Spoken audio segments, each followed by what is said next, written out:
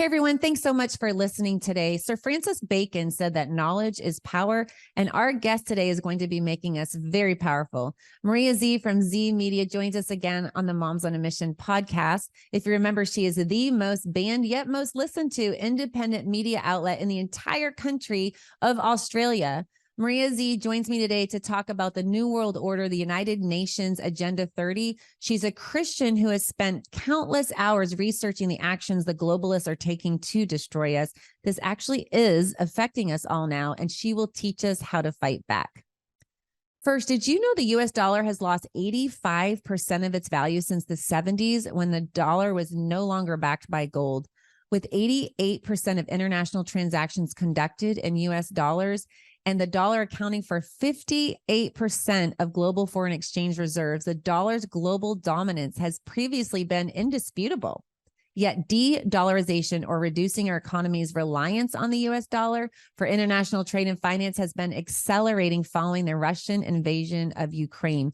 The BRICS countries, which is Brazil, Russia, India, China, and South Africa, they've been pursuing a wide range of initiatives to decrease the dependence on the dollar. Gold and silver are the only assets that will withstand inflation and de-dollarization. Invest in Beverly Hills Precious Metals today to protect your wealth. I know I did. I'm so grateful. It's very easy. It shows up on your doorstep in just a few days. Go to bh-pm.com. Tell them that Moms on a Mission sent you. If you're not ready to invest, just ask some questions. Go to bh-pm.com today to protect your wealth. That's bh-pm.com. And check out our website at momsonamission.net. That's momsonamission.net. As always, we'd love to hear from you. Email us at moms@momsonamission.net. That's moms@momsonamission.net. And please follow us on your favorite platform. We love Rumble. So if you just open up your Rumble app and you type in Moms on a Mission and then click follow, we would be so grateful.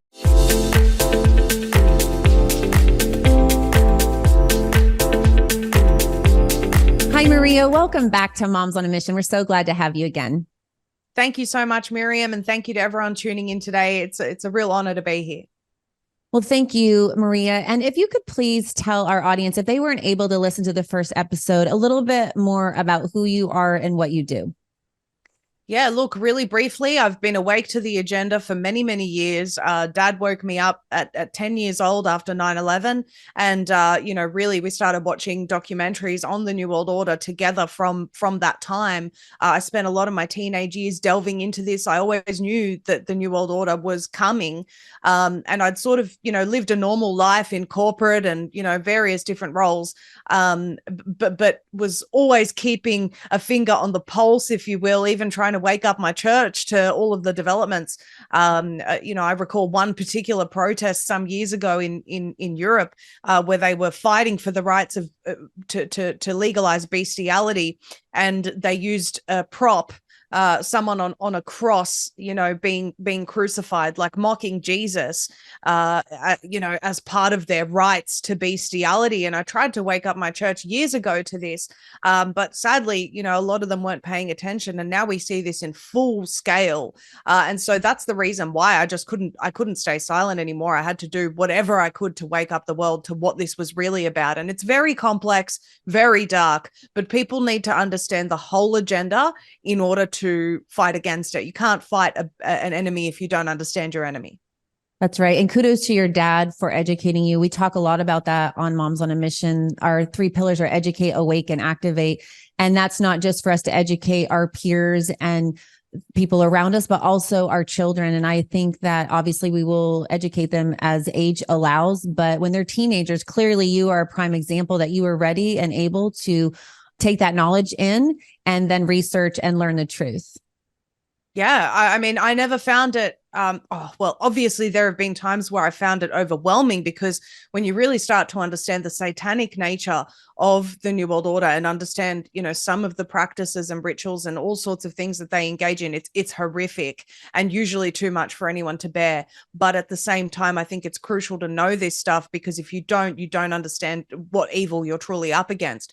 And so I think that learning about this from a very young age really made me very resilient, to the point where now now, you know, as difficult as the times are, and they're going to get more difficult, I can tell you that from now, you know, I'm more resilient to it. I wouldn't say desensitized, but resilient.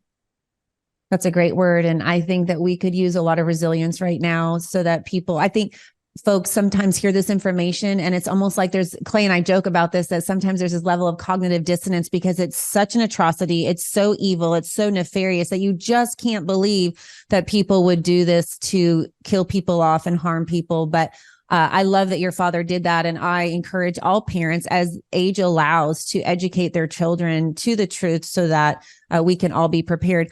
I'd love, Maria, if you would, you are truly an expert after thousands of hours of research of the New World Order and all of these nefarious people at the helm propagating and pushing this agenda. If you could just give us a bird's eye view of what the New World Order is.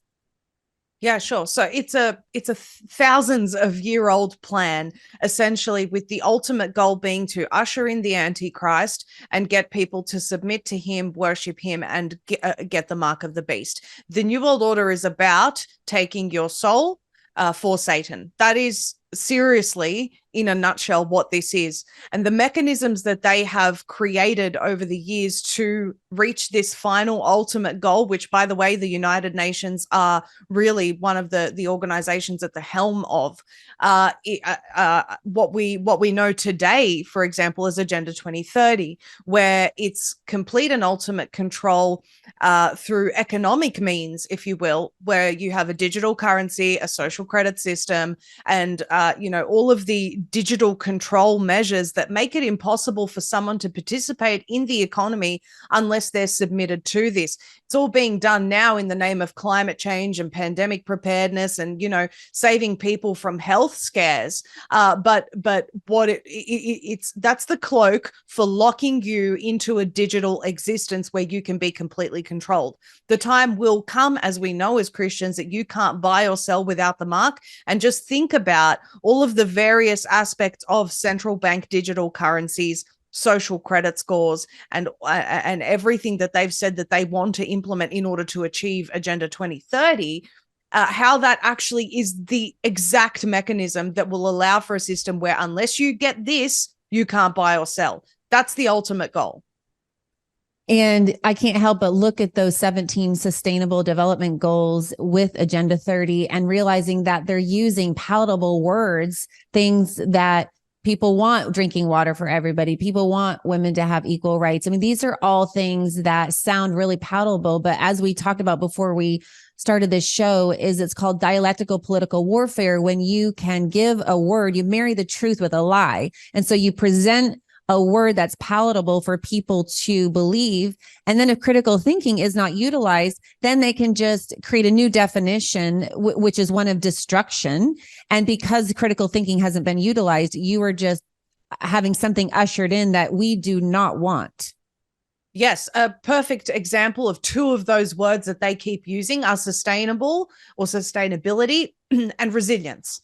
And so when people hear about, you know, smart cities, they often use these words: resilient cities or livable cities. Highly livable city. Well, what's not livable about the cities that we have now? I don't think they're unlivable. And then they talk about sustainability as though the earth doesn't have the resources it needs to sustain itself. That's a lie, because God gave us everything that we need. Now, of course, we could, we could take better care of the planet. I don't think that we need to disrespect the earth that God gave us, but we certainly don't need to starve ourselves, eat bugs, and not have access to water in order to save the earth. And so, you know, the word sustainable is loaded with just lies of complete control under the guise of we can't sustain this model if we don't implement these controls. It's a lie. We're not overpopulated. The earth has plenty. God said, be fruitful and multiply. He didn't say do it until you reach 8 billion people. He never put a limit on that command. And so, you know, these people are operating in just complete lies. And like you said, using these words to make it think that something's not sustainable. Even the word fossil fuels suggests that this is a limited supply. It's ancient. We don't need to use this anymore. Whereas the earth will keep producing oil. that's just another example. But resilient, whenever they talk about smart cities, they say, because of climate change, we need to build resilient cities to be able to withstand the devastating effects of climate change. Climate change is a farce. It's not a real thing. The Earth's temperature has been going up and down for thousands of years. Just recently, we had a mainstream media report in Australia saying that experts are predicting that this will be the hottest year in 100,000 years in Australia, which is interesting because first and foremost, they started collecting temperature data in Australia in 1910. So we've got a 99,000 year discrepancy, give or take, there of the data that you're actually presenting. It's these lies are so big and so convoluted. And what they've done successfully, and my good friend Michael Yon talks about this, is they've got us stuck on the details and arguing the details, and therefore we don't focus on the wider agenda. I could sit here and argue this one point based on this extravagant lie, which, who told us that if you tell a lie big enough, people will believe it. So they tell you these extravagant lies, and then we go and try and pick apart every single narrative. And by that time, they're on to the next thing. And they've done this really, really successfully. And in an age of information where it's coming at you thick and fast, all the time, people don't know what to focus on. They're confused. Their brains are scrambled. I don't blame them. And they just go, well, what do? We know there's this agenda. We don't know where to start. And they've successfully cornered a majority of the population into this while continuously traumatizing them through new orchestrated world events. Yes. And so one of the arms to control I wanted to talk to as it relates to climate change is this whole concept of eating meat is harming our planet. And just recently, Frontline News had an article about Tyson, and they just announced that their connection with an insect protein market by partnering with Netherlands-based bug food company manufacturer Protix. And it is a World Economic Forum backed company. And this company, Tyson Foods, is literally an hour and a half from Tulsa, where I am. So it's in Springdale, Arkansas. And I started researching this, and I realized in Australia, where you're from, that this whole cricket fest has been going on for quite a while. And I saw that they're creating cricket chips and things of that nature, all in the name of climate change, trying to tell us that we need to stop eating meat because cattle and chickens and things of that nature are harming the planet.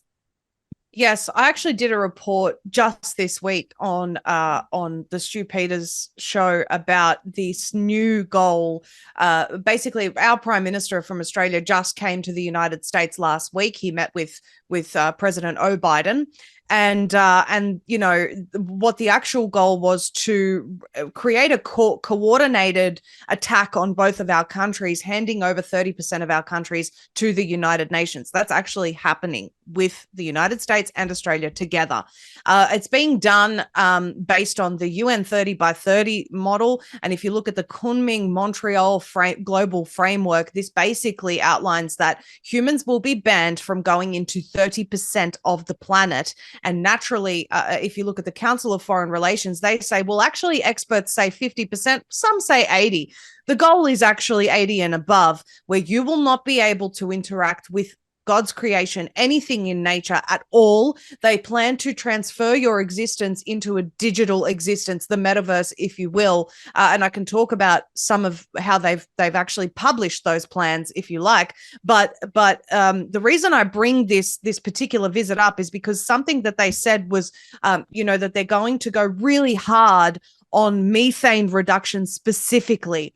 They say that, these non-CO2 pollutants are the major cause or are a key factor to climate change. Therefore, we need to drastically target methane production. What's methane production? This is livestock. This is agriculture. So they're going to ban, having animals in Ireland, Miriam. I'm not sure if your viewers are aware, they're talking about culling 100,000 cows to save the climate. So these are the kinds of insane, barbaric things that we can expect to see them proposing in order to, quote, save the planet. And when you use critical thinking and you see how in Davos, they're all flying in for their meeting and they're all flying in on private jets, which is absolutely harming the environment, but yet they don't want you to have a car because they don't want your exhaust to harm the planet, but yet they're all flying in on private jets. Well, it may not even be harming the environment, Miriam, them flying on jets. I don't know what's real, what isn't anymore. What I can say for sure is that they tell you can't do it, but they can continue to. Right. That's the point here.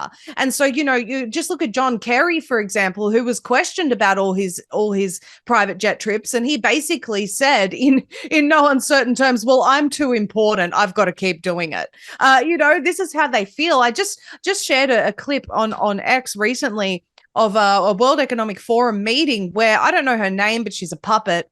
And she was saying, we're in a predicament because the governments with the elites, the governments are on board with us elites, but the people don't trust the elites. And we can't achieve what we want unless we have the people on board. So that tells me two things. Number one, there's massive resistance to their plans, which is great. Number two, who in their right mind refers to themselves as an elite? What kind of a psychopath do you have to be to call yourself elite? And this is how these people think. They think of us literally as cattle that need to be culled. And I'm sorry to break it to anyone who hasn't realized this yet, but they want you dead.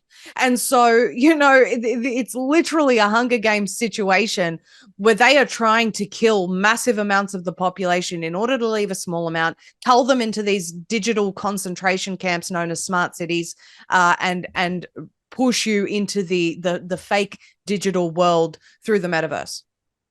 And I believe this is why now more than ever, we really need to read the word of God. We really need to know what it says in Revelation. We really need to have a good relationship, a strong relationship with the Lord where we're hearing his voice, because we've read this for years. Our whole life, the Bible says we don't fight against flesh and blood, but against principalities. And we know that these are wicked forces and these are demonic forces. And we know that scripture and we say it, but then we don't really think about it. We go on vacation and we do these things, drop our kids off at school. But I always say that education is power, and it's really important that we know what's going on, but we additionally know what the word says, because we don't need to be in fear. The Bible also said God has not given us a spirit of fear, but of power, love, and of a sound mind. And part of having a sound mind is having a disciplined mind with critical thinking and being able to take this information on and notice patterns, because what's happening with climate change is also happening with central bank digital currency. So could you speak to that a little bit? Yes, so they've already said, the World Economic Forum and international bankers, all of these people have said that central bank digital currencies will be able to be programmed to not only change behavior, but limit things that they don't want you to have. So when you look at the ARUP, and I think, if I'm not mistaken, I spoke to you about this last time, or at least I let you know about this report, the ARUP report on a future of the world in a 1.5 degree future of cities in a 1.5 degree world. This is the report. The ARUP is funded by the Clintons, and C40 is funded by the Clintons. It's all just a big web. But basically, this report says 0 grams of meat per year, 0 liters of dairy per year for everyone. Travel will be limited to 1,500 kilometers per person every 3 years. You will be limited to 3 items of clothing that you can purchase every year. And construction's going to be limited as well. Everything will be limited as they basically drive you into complete poverty, malnutrition, and their complete control. And, as part of their plans as well, they want to control your water and limit your water. So when you have a central bank digital currency that can be programmed based on your social credit score, which, by the way, if you look in Australia, some of the big banks already have carbon tracking for your purchases. So the bank is telling you, oh, okay, you bought this means this much carbon, you contributed to this much global carbon. So that's how it's going to be controlled. Once the currency is digital and able to be programmed and tracked and traced, everything that you purchase that, they say is harming the planet, which will literally be everything that's good for you, will be contributing to your social credit score, meaning that you are then, for example, not able to get a job because you've emitted too much carbon, you've hurt the planet. And they've already made sure of that because it's a corporate takeover. They're taking over the corporations with ESGs and DEI scores and all of this sort of stuff. So essentially what they're trying to create is the point where corporations will reject you based on your carbon emissions. Corporations, the store, not even, you'll be penalized for purchasing too much meat. You won't even be able to make that purchase because they've programmed your CBDC to stop you from doing so. Forget going on holidays. Forget leaving your smart city to go and visit a loved one on the other side of the country. Those days are gone. And so, this is because they have geofencing. If you look at Apple, it's actually got a patent for geofencing so that your either your CBDC is cut off the minute that you hit that smart city barrier, which they call districts, by the way.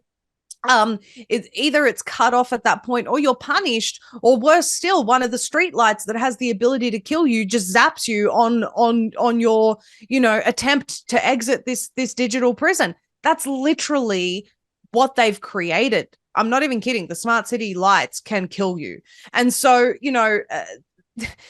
like I said to you last time, Miriam, if people think they can just kind of go along to get along right now and someone will sort it out, or there's one particular politician that's going to fix all of this, we have to target the main three organizations that are pushing for all of these measures, which is the UN, the WEF, and the WHO. And when I say target, I mean demand that we exit them. I know that Trump recently said he wants to exit the WHO. That's fantastic. We need to exit all of them. And then there needs to be a clear indication as to who was colluding with these organizations, and they need to be removed from politics.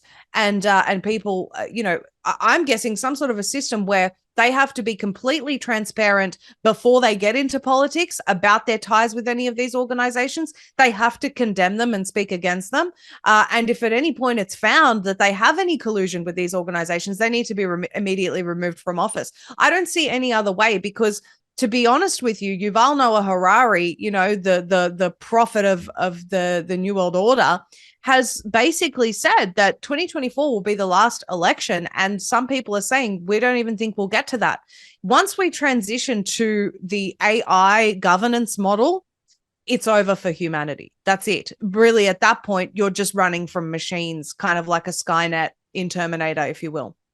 And I think you said you could speak to that. I know Elon Musk has talked about transhumanism, and could you speak to that? Yeah.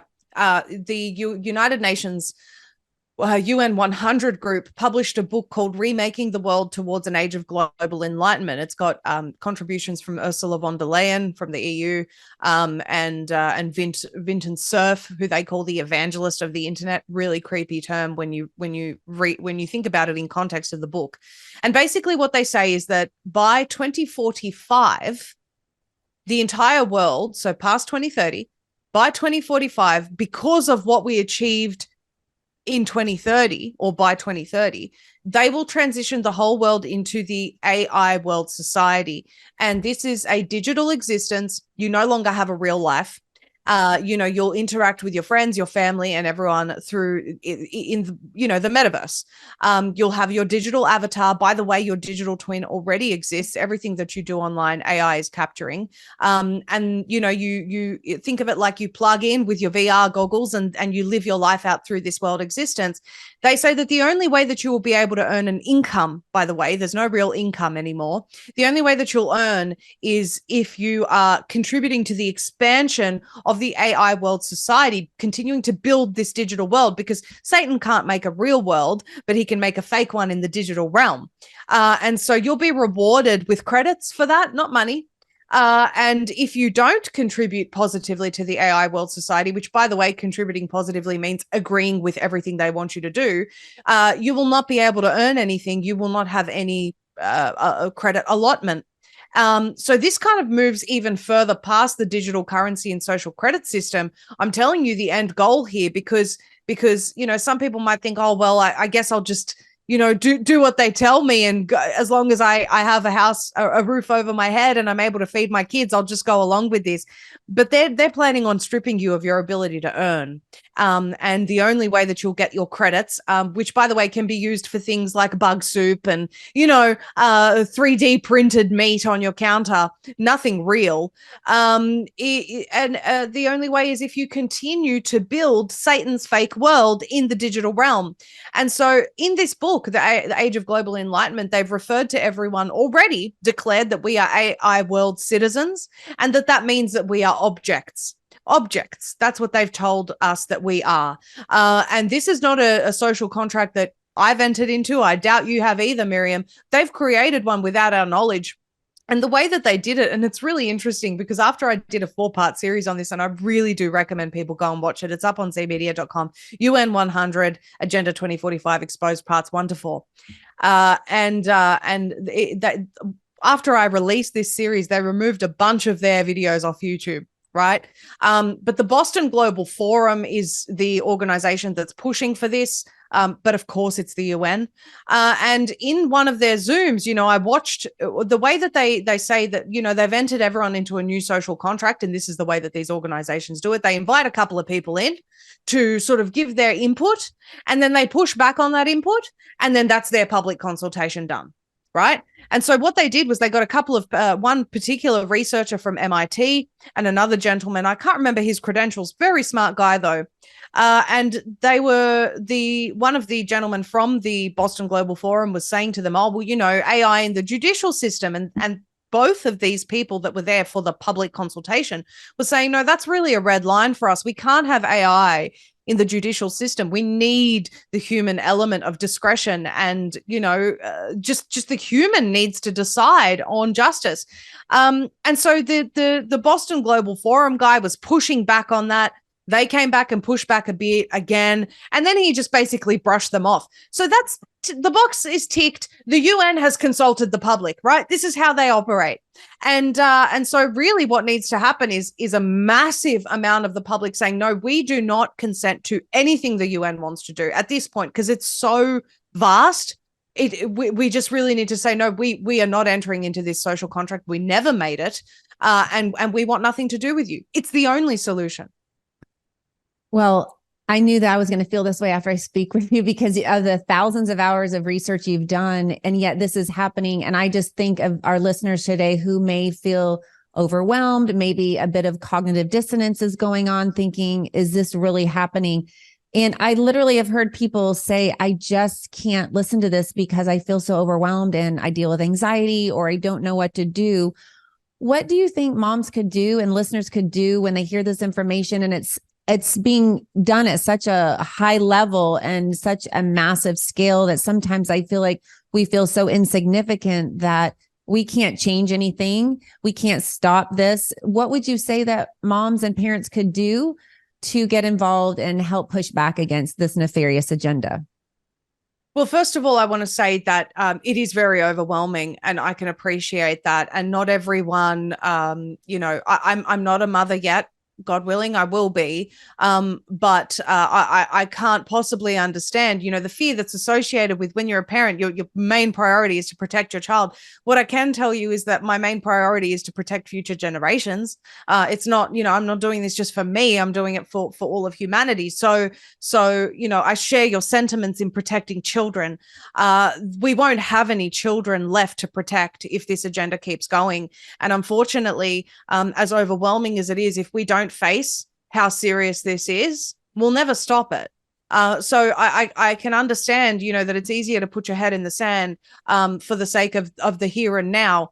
But if we do that and we don't speak up and we don't educate those around us, we will die and our children will die.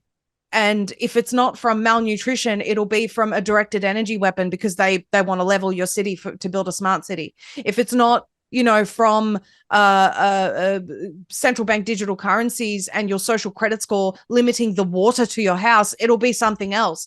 What they're building is not livable. It's not possible to thrive in this society that they're building. So if we don't stop it, there is no future, is what I'm saying. And, for parents that have children right now, I'm sure you'd love to see the day that your children have children and you become grandparents. And, everything inside humanity is to continue to reproduce and thrive and prosper and create. And this is all being stifled through a depopulation agenda, which also includes making you sterile, by the way, and making your children sterile. So there is no other option but to fight against this, to face how difficult, to face how horrible it is, and to fight against it. And so for parents I always say to people, Miriam, do what you can in your sphere of influence.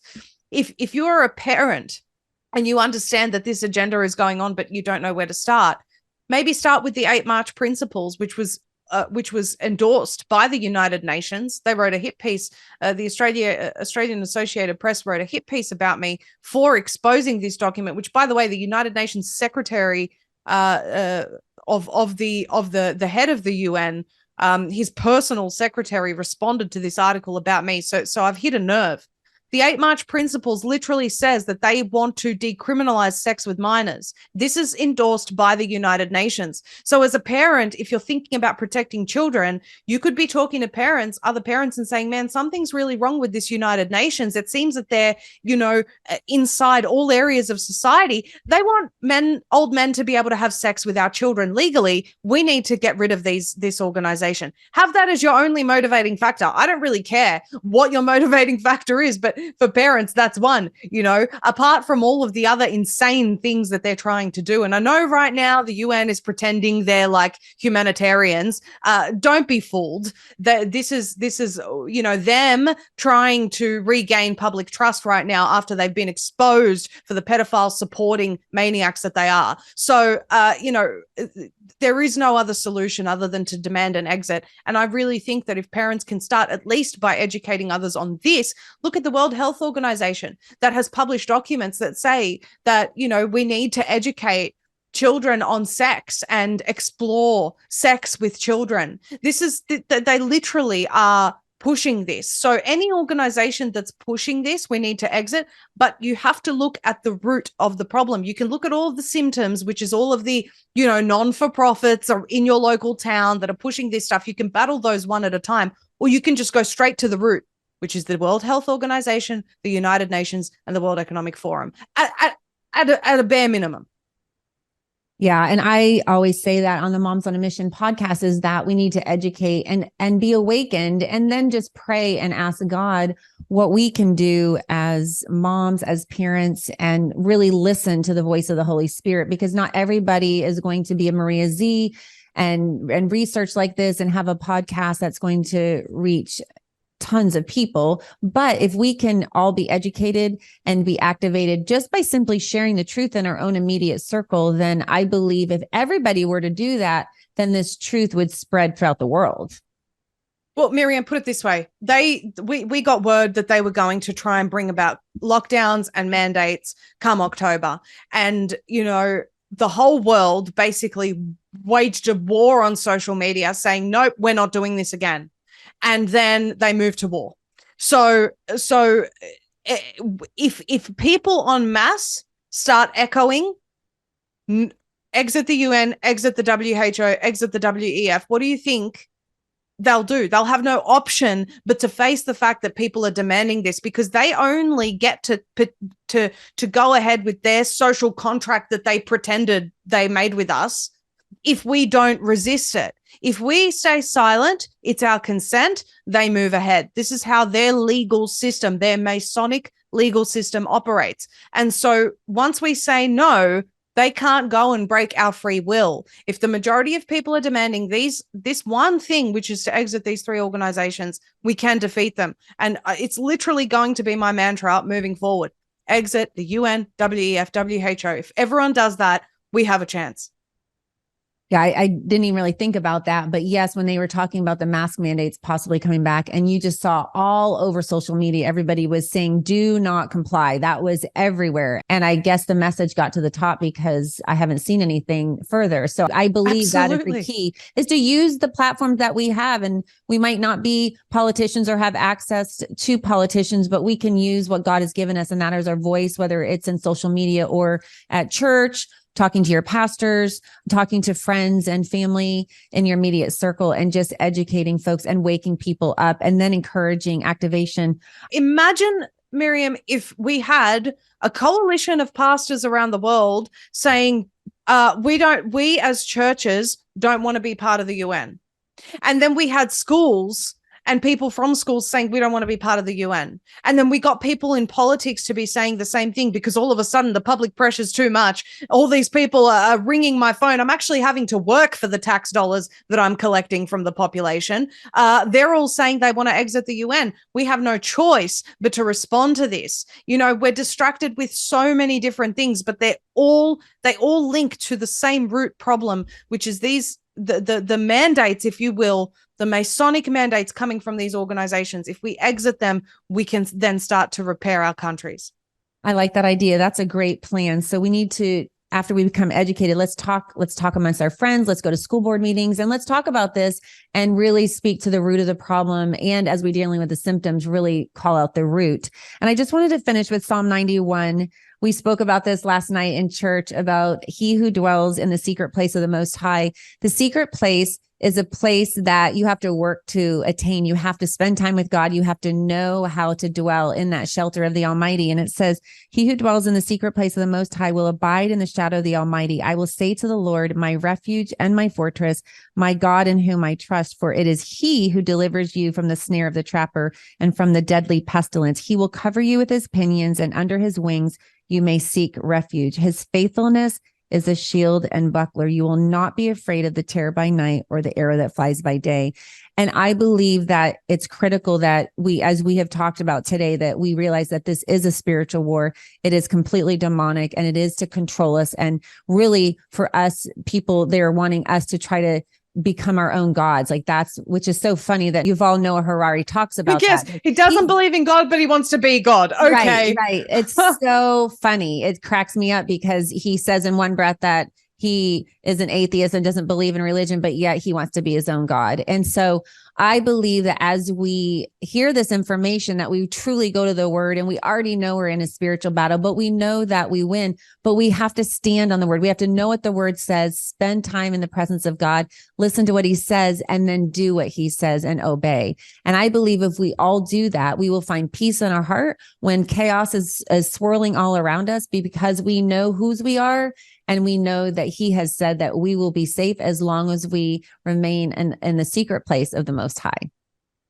Well, I just want to add to that, Miriam, because people sometimes think that being in the secret place of the Most High means staying out of conflict, that you can only be in that place of peace if you're not involved in conflict. I would argue that that's actually completely untrue. And stories of Christians and martyrs throughout the ages have actually been the complete opposite. You know, they've been martyred and persecuted because they've been involved in, you know, doing the right thing for humanity. And so, some Christians may have resigned to the fact that we're in the time of revelation and there's nothing we can do about it. Well, there have been many times in the past that Christians thought that. Nero, they thought, was the Antichrist. You know, they thought Hitler was the Antichrist at one point, and they were wrong. And so I'm not saying that we're not approaching the end of the end, but I'm also not saying that we definitely are. Regardless, you know, when he comes back, I want him to find me putting my talents to good use. And so I don't think that God arms us. You know, he says that with much knowledge comes a lot of sorrow, but he doesn't arm us with that knowledge to do nothing with it. You know, in Psalm 82 or 83, forgive me, he's actually admonishing the heavenly council and saying, how long are you going to let injustice and the suffering of all these people go on? And how much more does he expect that of his creation, who are made in his image? It is absolutely required of us to do the right thing for humanity until the very end. And so wherever we are on that timeline, Miriam, I believe that the peace that we'll have in Christ is partially found in doing the right thing and being obedient to him. That's right. And the word also says to occupy until he comes. And when you realize, I mean, we thought Jesus was going to come back a long time ago. This has not been, this is nothing new. Well, it is a bit new, but the thought of Jesus returning and being in end times, we've thought that for a long time now, but it does require us to stand. And when you look at Paul, when you look at Peter being crucified upside down, when you look at these disciples of Christ, there's nowhere in the word where it says to just coast and sail off into the sunset and not stand for truth. We are supposed to call out evil. It says that in Psalm, that we are supposed to call out evil. And that is a command of God. And also says to be strong, courageous. And we need to be bold and to speak out against these lies and these tyrannical forces. It's all through the word of God to do that. And so I believe we can do that and enter into conflict and also do it with a sense of peace, because we know who we're fighting for, we know whose we are, and we can do that with confidence. Yeah, I agree. Ephesians tells us to have nothing to do with the powers of darkness, but rather expose them. It's a command. And so, I think that every single bit that people do towards that effort is actually drawing attention to the fact that God exists, Jesus is real, and people need to be aware of the deception of the end times, which I think we are seeing now, huge deception. But the more that we sort of highlight that, the more people can look to Jesus to protect them from deception and ask him what the right thing to be doing in this time is. Lord, how can I serve you? How can I make the most out of the time that you've given me on this earth, which isn't just for my leisure, but really is, for the service of humanity. And so that's not to say he doesn't want us to enjoy our lives. Of course he does. But what more fulfillment than laying down your life for another, like our Lord did? And that's what I have to say on that, Miriam. And he's the ultimate example, right? I mean, he is who we need to be patterning our life after. Maria, how can folks learn more about this and follow you? Yeah, sure. All of our content is on zeemedia.com. We contribute to various platforms, so I don't want to overcomplicate it for you. Just go to zeemedia.com, go to the interviews page, and we release, 4, 5, 6 reports a week. And it's a lot to keep up with, but there will be things that are of particular interest to you, especially if parents are watching. You need to know about the UN, the WHO, and the WEF. These are the people that are targeting your children, and all of the organizations around you. It's all flowing from these organizations. So the more you understand about them, the better equipped you'll be to fight against it. And of course, I've got a Telegram channel, and you can follow me on Rumble, Maria Zeee, 3 E's. 3 E's. I did want to point that out. Zeee Media with the Zeee. zeemedia.com. So anyway, thank you so much, Maria, for joining us today. Thank you for educating us. And we believe that this is a divine connection, that we were meant to hear this information today. And so thank you so much for joining us. I really appreciate you and all of the viewers' time and attention today. God bless you. God bless you. And thank you all so much for listening and joining us today. As always, you can email us at moms@momsonamission.net. So that's moms@momsonamission.net. And you can check out our website as well at momsonamission.net. And then we'd love for you to follow us on your favorite platform. If you just go to whatever that is, we prefer Rumble. It's uncensored, and we would love for you to follow us there. And God bless you all. And thank you so much for listening. In light of recent bank volatility and skyrocketing inflation, diversification is a must. That's why I use my good friend Andrew Sorcini at Beverly Hills Precious Metals. Beverly Hills Precious Metals makes it so easy to diversify. I personally ordered some silver and it arrived on my doorstep just a few days later. They make it so easy. And if you're not ready to do that and you just want to ask a few questions, they're there for you too. I personally got some silver and also am rolling over some of my IRA. You can actually roll over your IRA and have it be backed by silver and gold. So if you don't have any extra money to invest in silver and gold, rolling over a 401k or an IRA, or even part of it, if you just want to try it at first, just for a little bit, you can do that as well. So go to bh-pm.com today and ask all your questions. You can connect with somebody. And like I said, you can just get some information at first if you want and pray about it, and then get back with them to roll over part of your IRA or all of it, or order some gold and silver. That's bh-pm.com. and tell them that Moms on a Mission sent you. Hey, everybody. Did you know that recent research from the CDC says that millions of Americans develop parasitic infections and symptoms often go unnoticed or are misdiagnosed? Parasites are actually the cause of many health problems such as anxiety, depression, chronic pain, fatigue, and unexplained digestive issues. We all need a common sense strategy to improve our health. Moms on a Mission encourages you to reach out to our good friend, Dr. Jason Dean. Dr. Dean's Full Moon Protocol provides all natural detoxification and fights inflammation. And the supplements are made with 100% organic ingredients and are proven to kill parasites safely and effectively. I know after I took Full Moon Protocol, I had more energy to To order your full moon protocol today, go to bravetv.store/mission to save $20 off your first order. That's bravetv.store/mission. According to leading sleep experts and sleephealth.org, over 50 million Americans struggle getting a good night's rest. That's why Moms on a Mission loves MyPillow.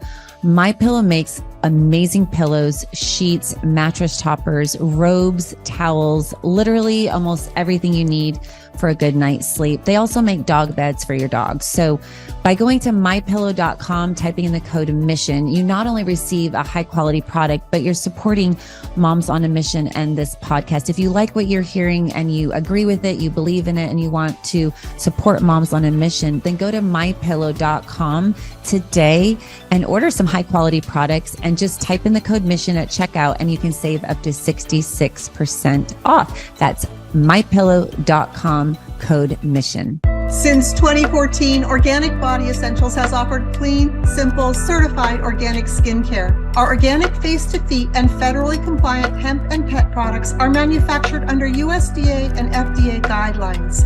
Our products are inspired by God using plants He created. In Ezekiel 47:12, it says, "The fruit is for food and the leaves for healing."